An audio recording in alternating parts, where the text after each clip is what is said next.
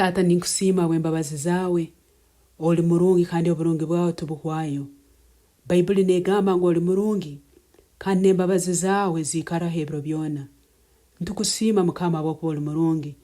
Tukusima w'ebirungi ebyokozere n'ebyo byojja kutukora Mukama tukusaba. Bayibuli egambira mu Yohana sura ya 8 orukara rwa 36 Nukwo Omwana obwarabafora bobugabe muliba bobugabe mali. Tate ekiro kyati twizira kusaba obugabe. Twizira kusaba obusinge. Twizira kusaba kusumurura Mwibara ya Yesu. Ebikomera n'enkomo obwomezi bwange habasibirwe nibe nagwo musisa gwa Ruhango Mwibara ya Yesu. Ebikomera n'enkomo obwomezi bwange habwasibirwe nibe nagwo musisa gwa Ruhango Mwibara ya Yesu. Ebikomera n'enkomo obwomezi bwange habwasibirwe nibe nagwo musisa gwa Ruhango Mwibara ya Yesu. Ebikomera n'enkomo obuswere bwange habwasibirwe nibe nagwo musisa gwa Ruhango Mwibara ya Yesu. Ebikomera n'enkomo abana bange habasibirwe nibe nagwo musisa gwa Ruhango Mwibara ya Yesu. Ebikomera n'enkomo sente zange hazasibirwe nibe nagwo musisa gwa Ruhango Mwibara ya Yesu. Ebikomera n'enkomo obusinge bwange habwasibirwe nibe nagwo musisa gwa Ruhango Mwibara ya Yesu. Leka kairiringo ka Mukama katere hansi byone byo mnyanzigwa yombekere mbomezi bwange o Mwibara ya Yesu. Leka kairiringo ka Mukama katere hansi byone byo mnyanzigwa yombekere mbomezi bwange o Mwibara ya Yesu. Ekiro kyatereka kairiringo ka Mukama katere hansi byone byo mnyanzigwa yombekere mbomezi bwange o Mwibara ya Yesu.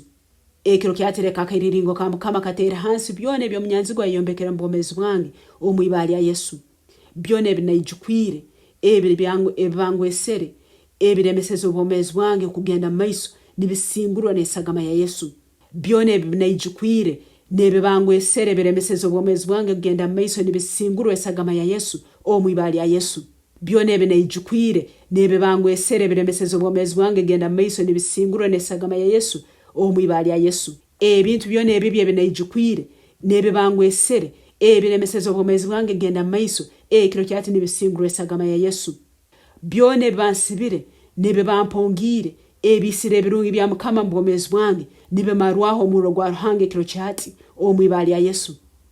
Ebintu byone bansibire nibe bampongire ebisire birungi bya Mukama mbomezi bwange nibe marwaho muro gwa Ruhango Mwibara ya Yesu. Ebintu byone bansibire ebintu byone bampongire ebisire birungi bya Mukama mbomezi bwange ekiro kyati nibe marwaho muro gwa Ruhango o Mwibara ya Yesu. Ebintu byone bansibire ebintu byone bampongire ebisiro okuganja kwa Mukama mbomezi bwange ebisiro obusinge bwa Mukama mbomezi bwange ebisiro okukurakurana kwa Mukama mbomezi bwange ebisiro omuhimbo gwa Mukama mbomezi bwange ekiro kyati nibe marwaho muro gwa Ruhango o Mwibara ya Yesu. Ekiro kyati nibe marwaho muro gwa Ruhango o Mwibara ya Yesu. Ekiro kyati nibe marwaho muro gwa Ruhango o Mwibara ya Yesu. Ninyanga kubeki ekihanga lyoweitu kugamba ngundi o Mwibara ya Yesu. Ninyanga kubeki eki oruganda rwange rukugamba ngundi o Mwibara ya Yesu. Ninyanga kuba eki omuzizo gwange gukugamba ngundi o Mwibara ya Yesu. Ninyanga kuba eki ekayoweite gamba ngundi o Mwibara ya Yesu. Ninyanga kubeki ekihanga lyoweitu rukugamba ngundi o Mwibara ya Yesu. Ninyanga kubeki eki oruganda rwange rukugamba ngundi o Mwibara ya Yesu. Ninyanga kubeki eki omuzizo gwange gukugamba ngundi o Mwibara ya Yesu. Ninyanga kubeki eki kayoweite kugamba ngundi o Mwibara ya Yesu. Nyonde kihangwa kishaka mu Kristo Yesu.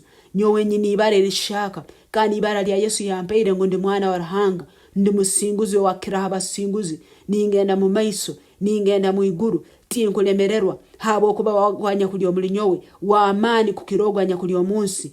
Ninya hakana amabara gona agakuruga mu ihanga lyange agakuruga mu ruganda rwange agakuruga mu muzizo gwange agakuruga mu kayowetu agakulemesa obwomezi bwange o Mwibara ya Yesu.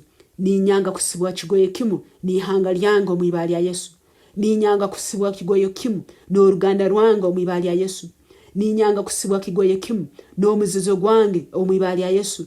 Ninyanga kusibwa kigoye kimu na abantu bekayowetu o Mwibara ya Yesu. Ningenda mu maiso ninyanga kusibwa kigoye kimu nebibye biri mu ihanga lyange ninyanga kusibwa kigoye kimu nebibye biri mu ruganda rwange ninyanga kusibwa kigoye kimu nebibye byo muzizo gwange ninyanga kusibwa kigoye kimu nebibye biri mu kayowetu o Mwibara ya Yesu. Nyondi mwana wa Ruhanga nkogebwe sagama ya Yesu ninyetebo ibara lya mukama habo kuba mukama wanga kanzara obu najenerwe nkazarwa ruhanga Baibuli negamba ngabo bona abamwikirize akabaho obusobozi ku bana ba ruhanga nabweke ebyo biri mu ihanga lyange beremesa obwomezi bwange ebyo biri mu ruganda rwange beremesa obwomezi bwange ebyo biri mu muzizo go weitu beremesa obwomezi bwange ebyo biri mu kayo weitu beremesa obwomezi bwange nimbiya hakane kilo kyati kandi nimbiye chwaho o mwibali ya Yesu Kristo mwamezi Baibuli negamba mu baruha ya Yohana yokubanza